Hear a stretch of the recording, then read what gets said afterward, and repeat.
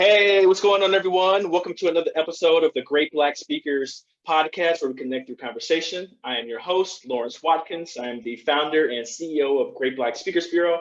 I'm also the president and chief operating officer of the Black Business School. So today we have a very special guest. We are here with Crystal Swain Bates. Crystal is a best-selling author of 12 Black children's books with over 361,000 copies sold of all of her books combined. And today we're talking with her about how she did it and how you guys can do it too. So Crystal, how are you doing today? Hey, I'm great. Super excited to have this conversation. Yes. We're super excited to have you. So can you tell the audience a little bit about yourself and what you currently do and how you've gotten to this point in your career? Absolutely. So first of all, I want to start by saying I have no experience, no formal education when it comes to writing or publishing children's books. I actually have a master's degree in international affairs, right? So that's totally different. I've never been a teacher or anything like that.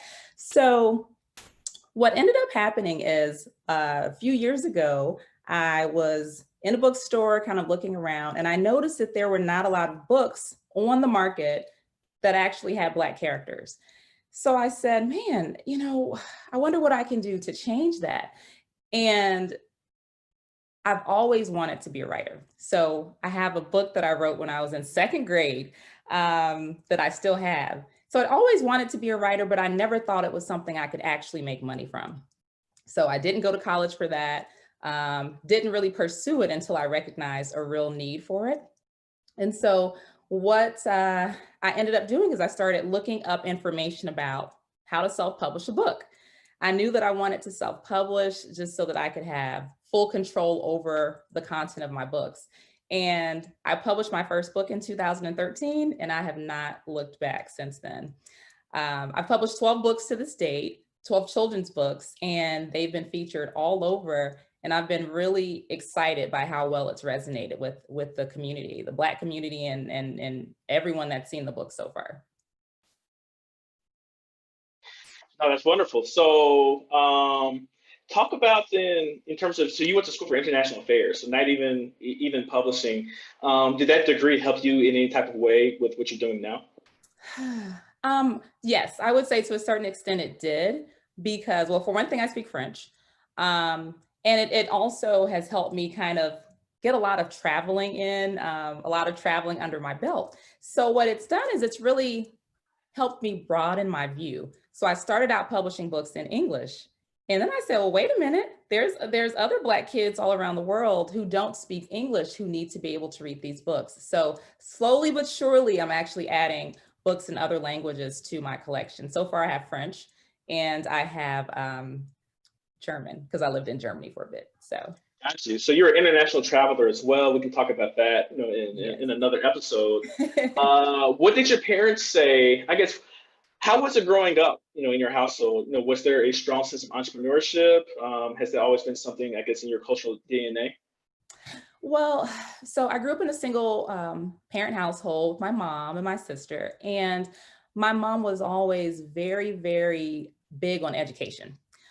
Whenever we would go to a store, and I guess I'm that weird kid, like literally I wouldn't look at the toys. I always went to the book section, and she let me get as many books as I wanted to buy. She took me to book fairs and things like that. My mom never had her own business, so I can't say that I got it from her, but what I did get from her is just the belief that I can do anything that I set my mind to. So she was always very encouraging. Even when I told her that I wanted to quit my very good job working for the federal government to start a publishing company and start publishing children's books. So Absolutely. So it sounds like your family was supportive of that move. So was your entire family supportive, or like how did they rally around you? yeah, well, my family's small. It's mainly my mom, my dad. He always let me do my own thing. My sister is very supportive. Yeah, my family was supportive and very happy for me. A lot of them bought my very first books and shared them with people. But no one had anything negative to say. The people that actually had things that were kind of negative or surprising were people at my job. The people, oh, you're gonna leave this good government job? It was those kinds of people who couldn't imagine someone just kind of stepping out there and leaving a job to do something that they had never done before. Yeah, I mean, I can resonate on that particular front because my wife did the same thing to start her company, Yoga Green Book, and it's basically an online yoga platform for Black people. And she was working as an engineer for the federal government, and yeah, her job was very cushy. And people were wondering why she, I mean, why she actually left in coworkers, that type of thing. So, what would you say to your coworkers in regards to why you left, or did that cause any self-doubt in you in regards to making the decision to leave yourself? Not at all. I mean, not even 1%. Yeah, I don't, I don't have anything to say to them. My work has shown, I think I've proven myself to them at this point. But I, it's funny because a lot of the people who are my friends that I used to work with, they're some of my biggest supporters. And I know that they really look up to me because they can't believe that I was able to make such a big and bold move. So yeah, I don't have any sort of, negative energy towards them. And so far, they've really been happy to see what I've been able to do. Because I think a lot of people, they get so stuck in the career thing and they have dreams of their own, but they're so afraid to tackle them. So when they see somebody else take that leap, it's really actually inspiring for them. Got you. So I want to talk a little bit more about the mental shift that you had. But first, I want to talk about the action steps. So first, I want to talk about the action in regards to you saying, I am going to become a writer, and this is what I'm going to do, and I'm going to quit my job. And what was going through your mind and your emotions at that particular moment in time. And then I want to talk about the mindset shift of where you finally knew, or like how you came to the realization that you can actually make money writing. So can we talk about that? So like, yeah, what was that like that action step in terms of like now is the time, I'm not going to delay any longer of fulfilling my childhood dream? So I don't know if you actually make these lists. Like I do resolutions every year, and I have like a little bucket list, for my life, if you will. And so when I looked at that list, I said, I've already checked off all of these things. I've traveled overseas, I've, done amazing things that I wanted to do. But the thing I still hadn't done was write a book. And so that was one of the things that really, made me think, well, if I've done these other things, why haven't I checked this one thing off? And then the other thing was just, I wasn't really I kind of felt like I'd done what I could do to change lives in my current position. So what I was doing, I was in international affairs, an intelligence analyst for the federal government. And, I would write these papers, and the papers would go up, and maybe the president would see it, maybe, he wouldn't. And that would be it, and I wouldn't really know if any actual change was being made. So when I started thinking about writing children's books, I said, you know what, if even one child is impacted by what I'm writing, then that's going to be so big to me, to be able to actually see the impact that my work is having versus just kind of writing something and not knowing what's happening with it. And I'll tell you that the very first time a child saw one of my books and they ran over to it and they were so excited about it, I knew that I had made the right decision. That's interesting. So, that there's that, I guess, social and emotional impact that, you were getting, from writing these children's books versus, working for the federal government in your old role. So can you just talk about a little bit more in terms of what does that fulfillment look like now that you're an entrepreneur full time and doing this full time? Wow. Oh, this is a good question. I mean, the way that I feel fulfilled is something that I don't think I could have ever gotten from a job. And it's because, now at this point, I've been publishing for a few years. And when I look on Amazon, I mean, I can instantly get instant gratification because, my best-selling books have thousands of reviews. And I was able to read them, and people are very vocal in reviews, right? And so they'll say, so one thing we haven't mentioned is that I wrote my books to boost and to empower Black children to love themselves the way they naturally are. So my characters, come in all different shades, and they have big hair, and they look like us. And I teach them that however they look, that's perfectly fine. They're not, they're not invisible in my books the way they are in most of the literature that's out there. But when I look on Amazon, people will say things like, my little girl came home crying because she hated her hair. I read this book to her and now she can't stop saying big hair don't care. My daughter, she hated the way her hair looked and she always wanted to wear it straight like the girls at her school. And now she wants to wear the Afro puffs. Things like that make me really feel like not only did I do the right thing, but that I'm having an impact on an entire generation of children. And for me, it really doesn't get any better than that. Yeah, no, I mean that makes a lot of sense. Can you still hear me? But okay, okay. Yeah, I realized I had the wrong microphone on.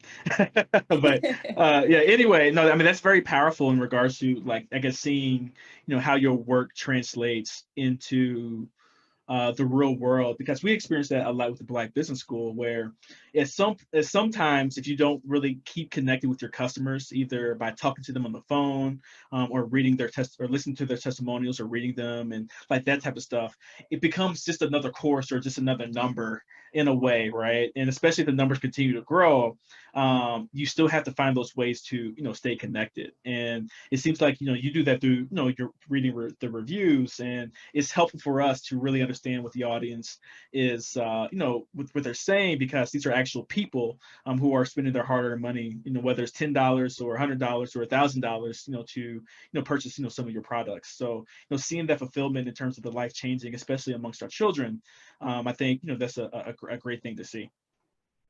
Yeah, it definitely is. Yeah, so for the people just tuning in, I'm here with Crystal Swain Bates. Crystal is a best-selling author of 12 Black children's books, and some additional books as well, with over a total of 361,000 copies sold. You can find out more about her at crystalswainbates.com.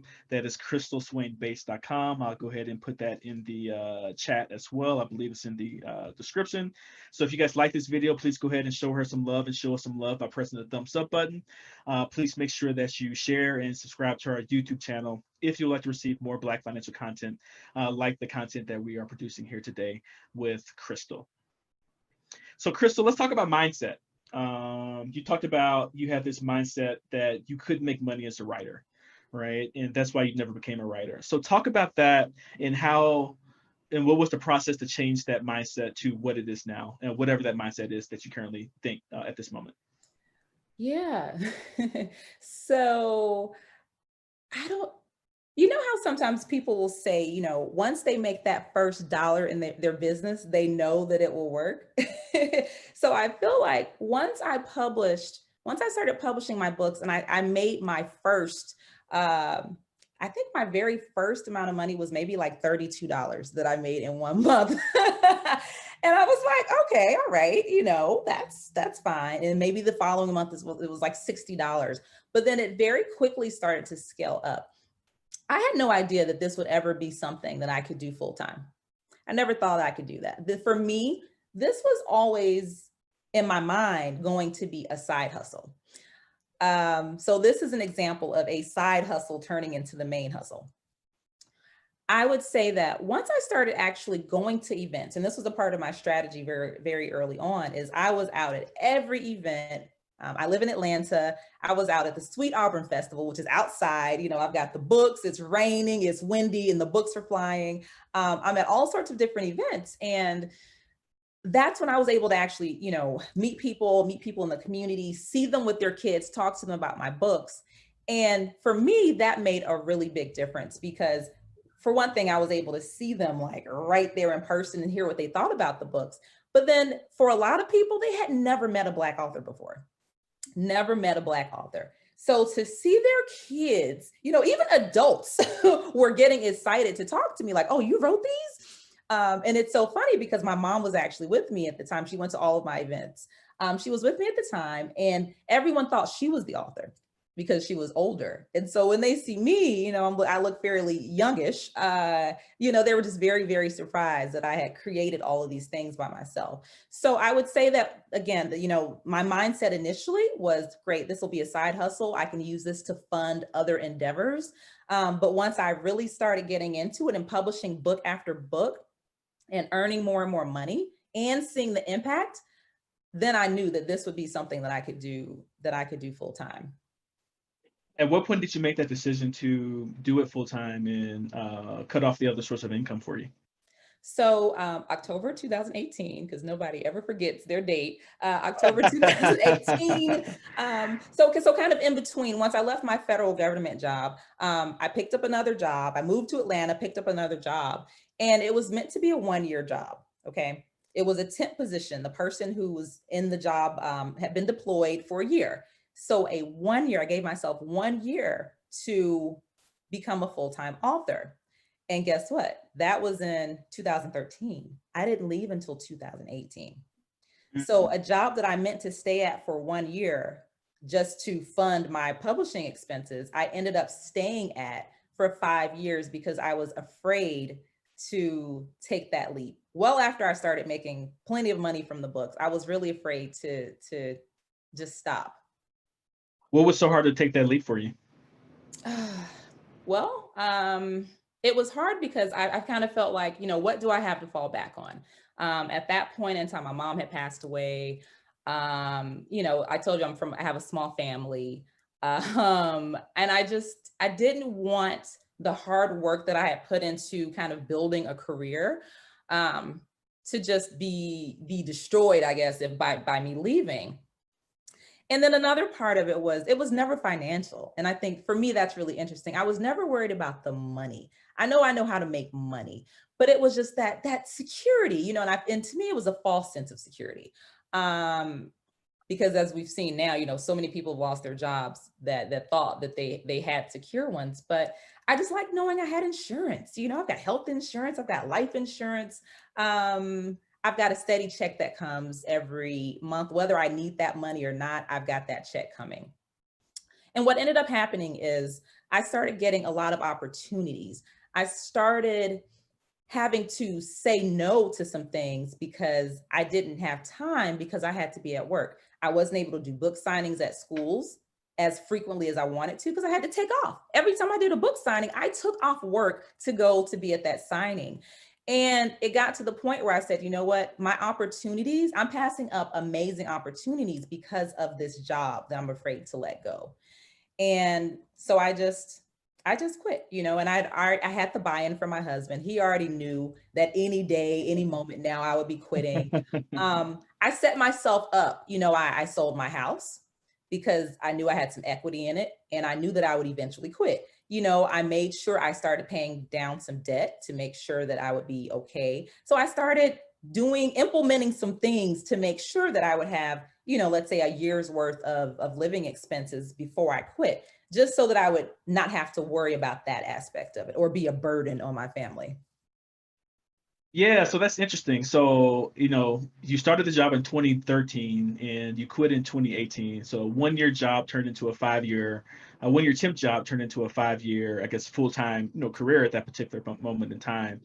I want to talk about some of the nuts and bolts as it relates to gaining the technical skill set necessary to be a book publisher, and what you learned along the way, right? Because there's always just a lot of learning that comes in the first few years of entrepreneurship that there's a lot of times no movement. You're just learning and making mistakes, that type of thing. So I just want to know, I just kind of want to know your journey. So I could actually, yeah. So yes, let's talk about that. Yeah, let's talk about that first. Wow. Okay. So I'm going to take you all the way back. All right. So before I ever published my first book, I actually tried to do it a lot of years prior to that. Okay. So 2007, 2007. Okay. 6 years before I ever actually finally figured out how to publish. I wrote a book for my mom, and I went on, don't judge me. I went on Craigslist. Okay. In search of an illustrator. Right. ended up meeting with the guy. I didn't have a lot of money to give at the time. Maybe I paid him $200, and he delivered to me $200 worth of illustrations. Let's just say it that way. So I was never actually able to publish that book, and it actually kind of discouraged me for a little bit.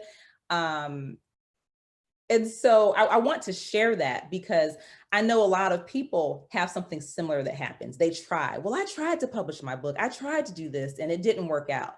That's okay. Things don't always work out. You have to keep going because, I wrote these books for a reason. So I can't let one little roadblock keep me from getting these books into the hands of readers who need them.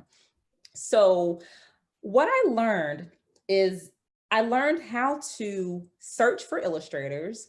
I learned how to vet the illustrators. And I think that's a key part of the process.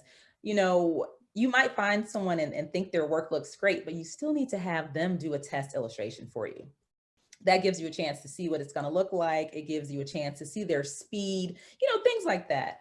I had to figure out on my own how to format my books. And so my earlier books, my very first books, are formatted in a very basic way.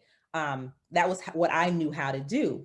And so as I've grown, now my books are fancy, 2-page spreads. They look different from how they used to look. But my best-selling book is one of those basic books and people still love it. So why do people still love it? They love it because it's well written. It's a fun book and the illustrations are great. So they're not concerned about it being, a 2-page spread because they don't even know what the page spread is. They just know that their kids love it and they want them to read the book to them over and over again. Yeah, so that's interesting in terms of what you just mentioned there, because let's look at the timeline. So really you started in 2007, right? And got discouraged. You took a 6-year hiatus. Yeah. And then you came back in 2013, did it part-time for 5 years until you quit your job. And now, we're in 2020. So really this has been more of a 13-year journey, with the last, 7 years being, I guess most of it. Is that correct? That's correct. Yeah, you got it. Yeah, no, I think that's interesting because I think a lot of entrepreneurs or people, think about that windy path a little bit more, right? And that you're right, people do get discouraged and say, "Yeah, I tried that a few years ago, and I don't think it was for me." And what's interesting about your story and great about your story is, yeah, you did that for a while, but you eventually came back to what it is that you know that you needed to do and that you wanted to do and that you felt like was your life calling. I think also, with your story, it shows you in terms of, a lot of times the customers don't necessarily need all the production that we put into our product. The more important thing is just to get started and to know what they really care about. Given your stories, I don't think anybody was talking about the 2-page spread, but they were talking about the transformation that you were actually making into their daughters, lives, that type of thing as well. So I think that's a really key point to think about, for the aspiring entrepreneurs out there in the audience. Yeah, that's exactly it. I think we feel like everything has to be perfect. If I could go back in time, that's one of the things I would tell myself is that nothing will ever be perfect. Just get it done. And, I mentioned my mom a lot because she was just such a big part of the process for me. But she's actually who inspired me to go ahead and publish that first book. I mean, I kept looking at it. Oh, I don't know. Maybe I should add this. Maybe I should do that. And she said, Crystal, the book is great. Just publish it. And she said, if you feel like you need to change something later, then you can do it. And I have never had to go back and change anything. So, that's been big for me. And I would probably have twice as many books on the market if I had just kind of gotten out of my own way earlier and stopped trying to overthink the process. The book was great when I finished it and it was done. And I should have just, taken that approach and not kind of held on to every book project for months and months, waiting to think of something else that could be wrong with it, or something I could add to it. So that's been a big part of my growing process. And I feel like when people hear that, I don't want anyone thinking, oh, well, she's putting out, imperfect products. My products are amazing. Bookstore quality, you can't tell the difference, you would never know. but it's just that when you seek perfection, you just have to know it does not exist. And when you're seeking Exactly. Yeah. perfection, Sorry. yeah, sometimes that's just a way for you to delay the process because you're too afraid to launch. That's your excuse, so yeah. Yeah, no, I wholeheartedly agree with that because perfection definitely does not exist when it comes to the world of business. So for the people just tuning in, I'm here with Crystal Swain Bates. Crystal is the best-selling author of 12 Black children's books with in other books too. In a total combined sales of all of her books is about 361,000 copies. And today we're talking about how she sold all of these books catered to the Black community. And you can find out more about her at crystalswainbates.com. That is crystalswainbates.com. Please make sure that you like, share, and subscribe to the Black Financial channel for more content like we're producing today here with Crystal. So Crystal, I want to talk about self-publishing versus traditional publishing and your I guess views regarding traditional publishing, because a lot of people I'm sure come to you and say, how can I go get a book deal for my children's book? How can I get a book deal for X, Y, and Z? So talk about that in your journey, and why did you decide to self-publish, and then what would you say to the people who want to traditionally publish? Yes, so I do get this question a lot. So many people want to write, and when people want to write a book, they usually get hung up before they even write the first word. They get hung up on this. Should I self-publish? Should I, try to, work with a traditional publishing house? And so for me, I knew that self-publishing was my only option. And I'll explain that. So I decided to self-publish my books. And well, let me back up a bit. So when you self-publish your books, basically you finance your entire book project. It's you that will, write the book, hire the illustrator, have your book formatted, have your cover designed, have it distributed, market your book. You're going to do everything, right? And you're going to do it on your own. Okay. But by doing that, you also get to maintain full control over your book. And that was very important to me. When you look at a lot of the traditionally published children's books that do have a little Black character somewhere in there in the corner, in the background of the page, they don't tend to have traditional, if you will, Black features. They don't have hairstyles that our kids wear. And it's just, to me, they're chocolate coated white characters. And when you work with a traditional publishing company, they choose your illustrator. They get to decide what your characters look like. They get to decide, maybe you want your characters to have a specific name, and they might say, no, I don't like that name. No, your character's too dark skinned. We need to change the way they look. I didn't want that. I wanted the books to be true to what I wanted. So that's why I decided to self-publish. Now, for a person that might be interested in publishing traditionally, what I'll tell you is that's not, it's not a horrible option. I'm definitely not a person that will tell you not to do that. But I just want you to understand the process. And that process is that you will send your manuscript to all these different publishing houses, and wait months and months for them to get back to you with a yay or a nay. And so you might end up having a book that you've had in your heart for so long. You've been wanting to do this thing. You've been shopping it around for a year or 2 years. And now that book might be completely out of date by the time somebody picks it up, if they even pick it up, or no one will pick it up. And now you're so discouraged because everyone's told you no, you think your book is horrible, or somebody else has done the same book. While you were waiting to get traditionally published, someone self-published and they were able to bring their book to market within 3 months, whereas you had to wait 2 or 3 years to finally bring your book to market. And another thing I'll say about that is, now the traditional publishing houses, they don't do as much marketing as you would think that they would. They actually look for people that already have a platform. So a lot of the books that you see coming out are books by celebrities, because they already have a platform. The publishing company knows that those books will sell. For a regular old person that is not a celebrity, you're going to have a very hard time getting a deal, to be perfectly honest with you. And when you finally, eventually get one, the royalties are so low, less than 15% usually. And they're keeping the remainder of that money. Whereas with self-publishing, you don't have to pay, a publishing house, the majority of your royalties. And so those are, for me, those are the things that I thought about. And then of course, the fact that there weren't really Black books on the market for children to begin with tells me that publishing houses traditionally, they're not thinking about writing these books or publishing these books. So what makes me think that if I submit my manuscript to them, that they're going to accept it. And so um, that's, that's the difference. And that's why I decided to do it on my own. I know a lot of people wonder, well, I don't have the money, how much does it cost to actually self-publish a book? And that will differ depending on what type of book you're doing. If you're doing a children's book, you need illustrations, right? So that's an additional cost that you have to consider.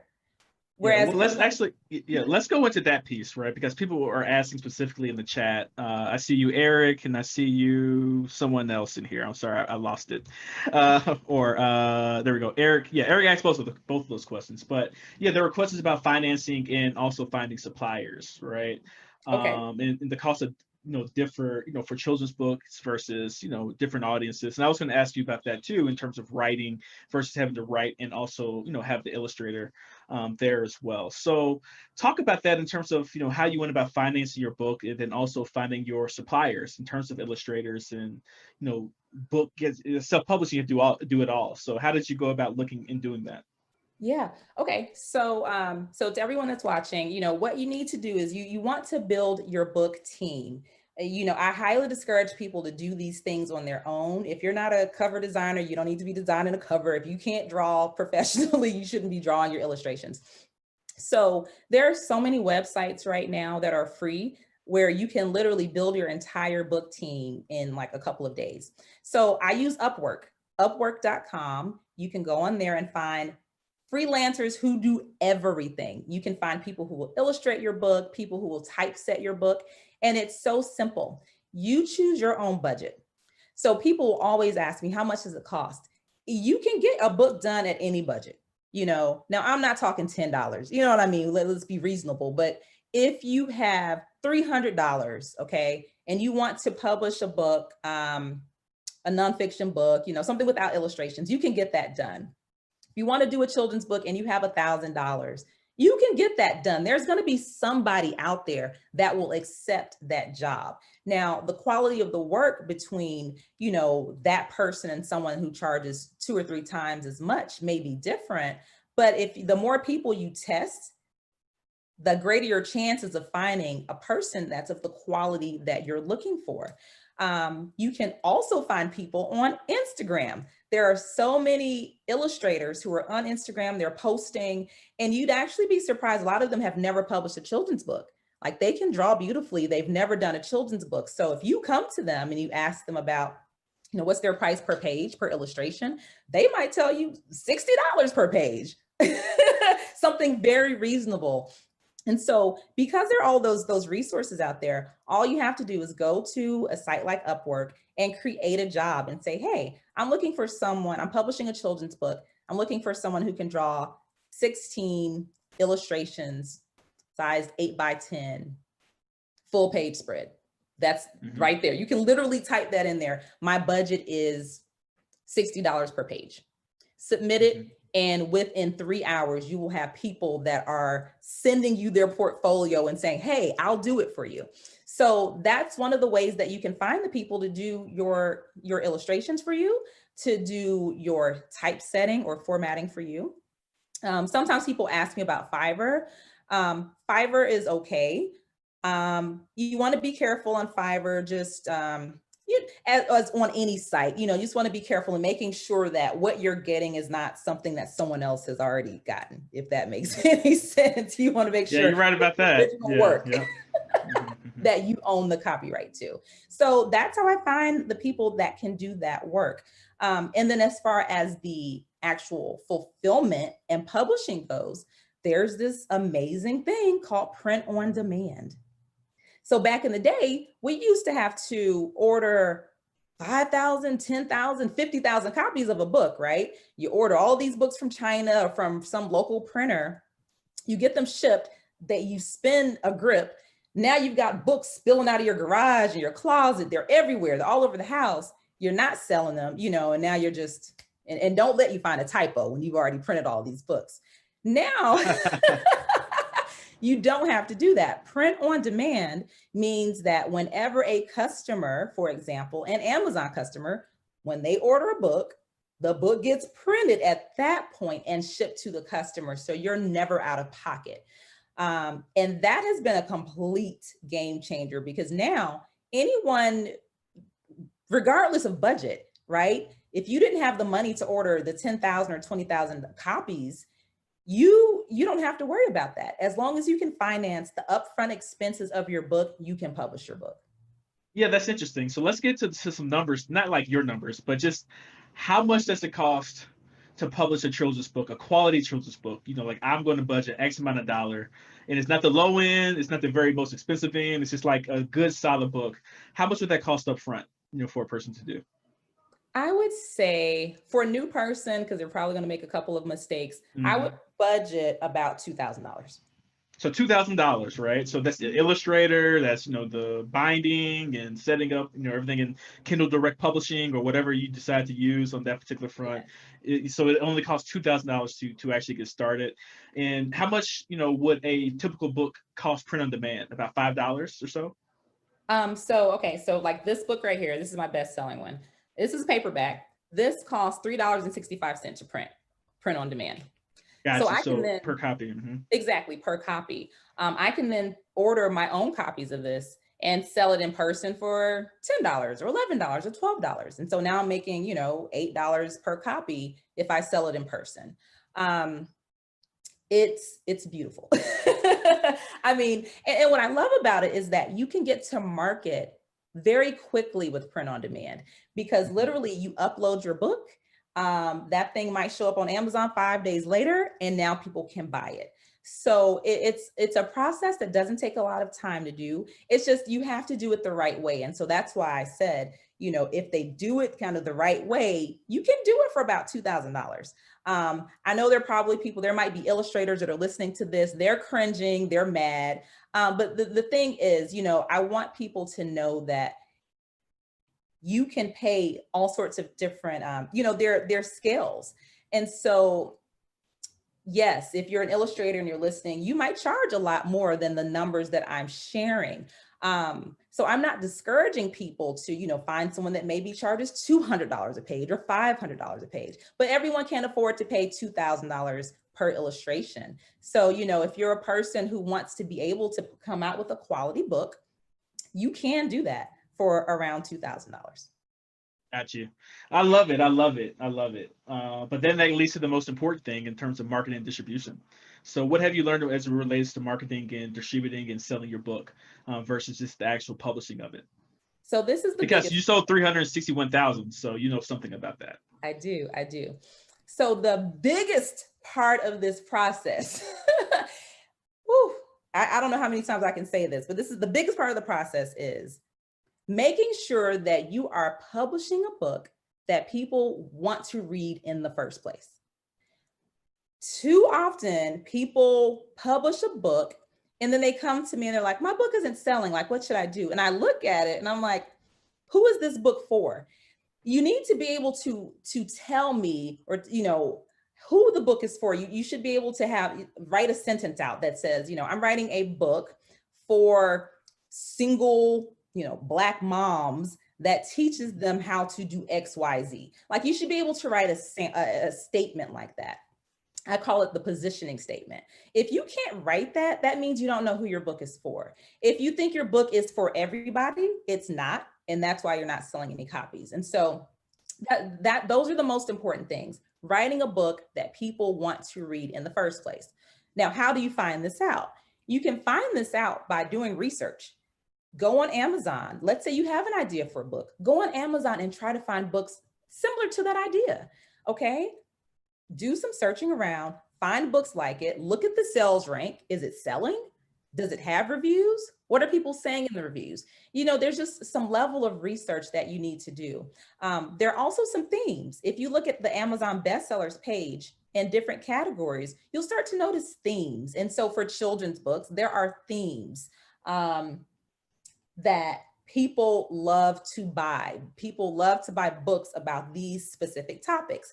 One of the themes right now that is blowing all the way up is diversity and inclusion. Racism. If you have a children's book on that topic, or if you're planning or thinking about writing a children's book, and you're interested in that, get that thing out right now. Okay. You probably got 3 already made over there. And you will get immediate sales, because the thing is, you want organic marketing. That's what you want at the end of the day. My books, I wrote my book descriptions. I set my titles. I set my keywords in such a way that I can get organic traffic. So again, it takes knowing what people are searching for, and then it takes being strategic. A lot of people will write a book, and then when it comes to the book description, they spend no time writing it because they're tired. So now your book is on Amazon. You've got a horrible book description. Your price is way too high because a lot of people like to be, I call it greedy. But you know, you want people to buy on impulse, which means that if you're an unknown author and they see your book and it's a 32-page children's book, they're not going to pay $18.99 for that. You know, or the numbers of people who will pay $18.99 are much lower than the people who would have paid $9.99 for your book. So they're just a couple of factors that are involved in making sure that your sales page is actually a sales page, because your book is a business. So that's been the biggest lesson for me. And that's how I've sold all of these books. I love it. Your book is a business, so please make sure you guys remember that you think in those types of terms. Today we've been here with Crystal Swain Bates. Crystal is the best-selling author of 12 Black children's books with over 361,000 copies sold. With her children's books plus her other books that she's written. And yeah, please make sure you all like, share, and subscribe this interview if you like all the knowledge that Crystal is dropping today. There are some people in the chat, Crystal, who are loving what you have to say. Lioness says, "Hey, Lawrence and Crystal, I took Crystal's journal masterclass and it was phenomenal. I highly recommend it." Eric says, "Thank you for the tips. You saved me a lot of time with those tips. Definitely spend up my lunch time. Thank you so much." So people are really liking the interview. So today I'm actually going to do something a little bit different. I'm taking it from another podcaster that I like. He's in the tech space. His name is Nathan Latka. But he asks a few just different questions at the end of each interview. And I'm going to do that with you today, Crystal, as the first guest. All right, let's go. All right, just rapid fire. What's your favorite book? Walden. Walden is your favorite book. Okay, what's your favorite business book, if you have one? 12-Week Year. I like 12-Week Year a lot. Are there any CEOs or just people that you're following to help you guide you down your entrepreneurial journey right now? Ooh, yes. And a lot of them I know personally, but I'll say, I'm just gonna say Lamar Tyler. Lamar. Yeah, Lamar's always everywhere. Well, shout out to Lamar. Talked to him yesterday. So, but yeah, so Lamar Tyler. How many hours of sleep do you get at night? I'm embarrassed to admit this. Usually about 4. What? Yeah, you gotta do better. We gotta work at the sleep. You know, you gotta come over to the Watkins family. I get like my 8. I don't promote team no sleep, y'all. Don't. Okay. Don't do it. Okay. What was I gonna say? What was the last question? Oh, I'll just end with this. So, what do you wish that your 20-year-old self knew about your entrepreneurial journey? My 20-year-old self, man, it's hard because I almost feel like if I knew then what I know now, which is that I can be making $30, $40, $50, $60,000 a month from selling books online, I almost feel like I wouldn't have ever worked for anybody. But I still feel like working for other people helped me decide and discover what I want for my life in terms of the freedom, you know? So 20-year-old self, I would tell myself that I will do amazing things, and to just to start now. I really wish that I had started so much earlier than when I did. If I had started much earlier, I would own the complete, I already feel like I own it a little bit, but it's all right. I would fully own the Black children's book publishing space. Yeah, I wish I'd started sooner. So if you're listening to this and you've got an idea, go ahead and do it. Start now. Don't be thinking about this for 5 years from now and you're wishing that you had started. Go ahead and do it now. And what's the best way for people to get in touch with you and contact you? Or do you also have a service to help people who want to be booked or to publish your book, if I I remember do. correctly? So you Okay. can find me at publishwithcrystal.com. And you can also actually find me on Facebook. So if you just so happen to catch this at the right time, I'm launching a free challenge, a 5-day challenge, how to write and publish your own children's book. And that challenge starts on July 27th. And it happens in my Facebook group, which is called 6-Figure Self-Publishing Secrets with Crystal Swain Bates. Wonderful. Crystal, thank you so much for your time today. Thank you. Thank you for everyone listening. So before you get out of here, please make sure you give us the thumbs up if you love this video, and also make sure that you comment. So of course, we always are looking for new instructors within the Black Business School. And if you guys like what Crystal was talking about, let us know if you want her into, teach a course, or mini course or something in the Black Business School, and we'll do our best to actually make that happen as well. And last but not least, I'd like to thank our corporate sponsor, the Black Business School, which I'm also the president of. And at the Black Business School, we don't help people just climb the corporate ladder. We help them build their own as well. What we do is help African Americans to obtain a culturally relevant yet practical education in all things wealth building at an affordable price. People come to us because they either want additional freedom in their life, they want to leave a legacy, financial legacy behind to their children, their community, or they want just additional security and stability going into their retirement years. So we have courses and classes on entrepreneurship, stock market investing, real estate investing, some technology things coming out, and leadership things coming out, and personal finance coming out very soon as well. So please head over to theblackbusinessschool.com. That is theblackbusinessschool.com to learn more. So on behalf of Crystal Swain Bates, my name is Lawrence Watkins. You all take care, be blessed, and have a wonderful day. Bye-bye.